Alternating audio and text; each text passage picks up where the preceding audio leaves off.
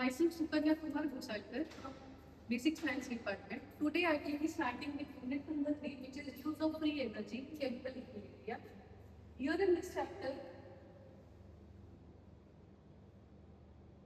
the content here is nothing but we have to start with thermodynamic functions, which includes energy, entropy, free energy, and lastly the estimation of entropy and free energies. Into that we will be also studying free energy, EMF, and self potential, and along with that we will be covering Nernst equation and its application.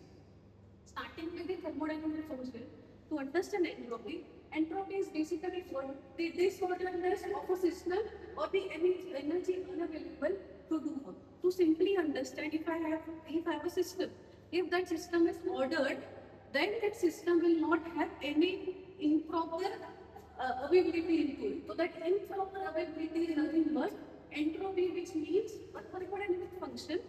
That thermodynamic function in case of gas, which is not ordered, that is the molecules are distributed perfectly irregular. So there my entropy will be very much high. If my gas is converted into liquid, there my molecules which were distributed far away from each other, they are now close to each other. There my entropy will be decreasing. Why? Because it is converted into gas to liquid. Then if my liquid is getting converted into solid, that is the molecules which were away from each other little bit, now they are very close to each other. So in that case, my entropy values where my order rest has increased from gaseous state to the liquid state, then my solid will be having very much less entropy. Why? Because our third law says that a solid which is crystalline, it has least entropy.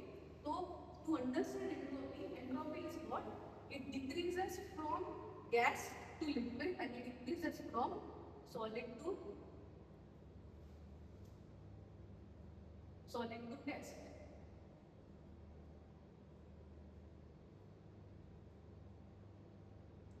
So as I mentioned, second law says that the spontaneous process increases total entropy. That is, if I have a reversible process, for that reversible process, my entropy will be change in its entropy with increase in its temperature. So that increase in temperature, here it is absolute temperature, which is always named as Kelvins. The second thermodynamic function which we need to understand is nothing but free energy. Free energy is nothing but if I have to change a product, so what I have to do, I have to give out an amount of energy which will convert. So it is nothing but the amount of energy available into a thermodynamic system that be converted into useful work. That is, if a work has to be converted, it should be in useful form. That is, rest which is of waste, it is not added into free energy. It is only just the amount of energy which is available for the system. So my free energy is nothing but the change in enthalpy and the difference of temperature and change in entropy. It simply gives formula of delta G equal to delta H minus T delta S, whereby delta G is changing its free energy, delta H is changing in enthalpy, T is absolute temperature, delta S is changing in entropy. To understand free energy, we have a simple motive, that is free energy. If it is spontaneous reaction, my free energy will be less than 0. If it is non-spontaneous, it will be greater than 0. If it is equal to 0, it is nothing but system will be at equilibrium. That is, I have three cases of free energy where I can understand how my enthalpy and entropy will predict the feasibility of the process. That is, how my process will be into force.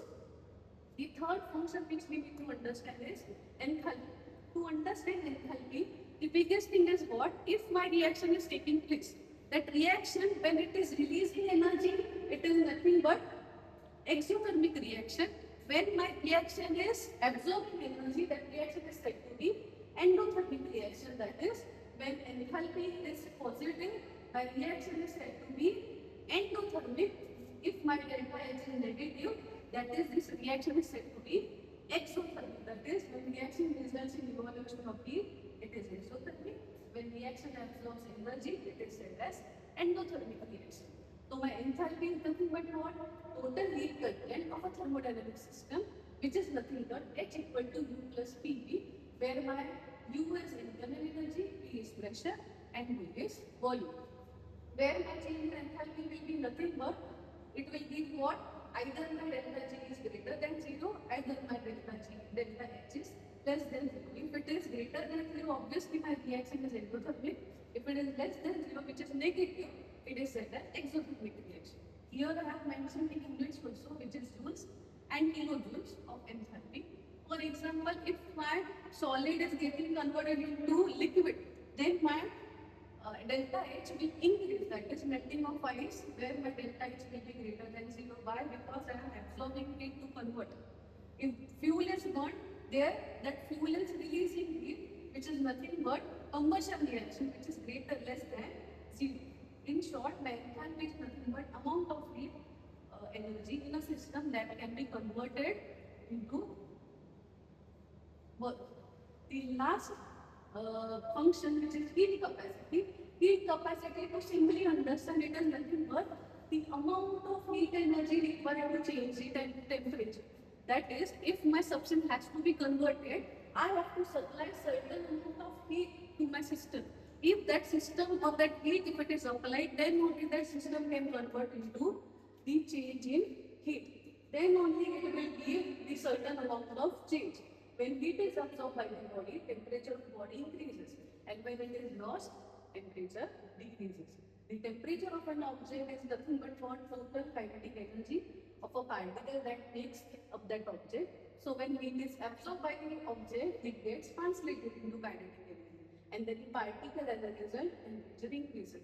Hence, our heat capacity is nothing but what? N capital C delta T, where delta T is nothing but difference in temperature. C is the constant, where we name it as molar heat capacity. We have two forms of molar heat capacity. When it is at constant pressure, it is named as Cp. When it is at constant volume, it is mentioned as Cv. So our molar heat capacity C at constant pressure is Cp, and constant volume, molar heat capacity at constant volume is Cv.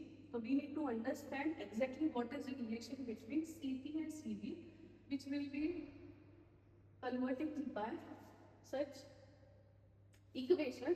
This equation gives the relation of Cp and Cv, that is heat capacity at constant volume, heat capacity at constant pressure.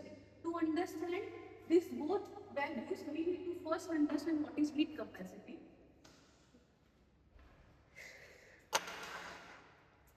Adam?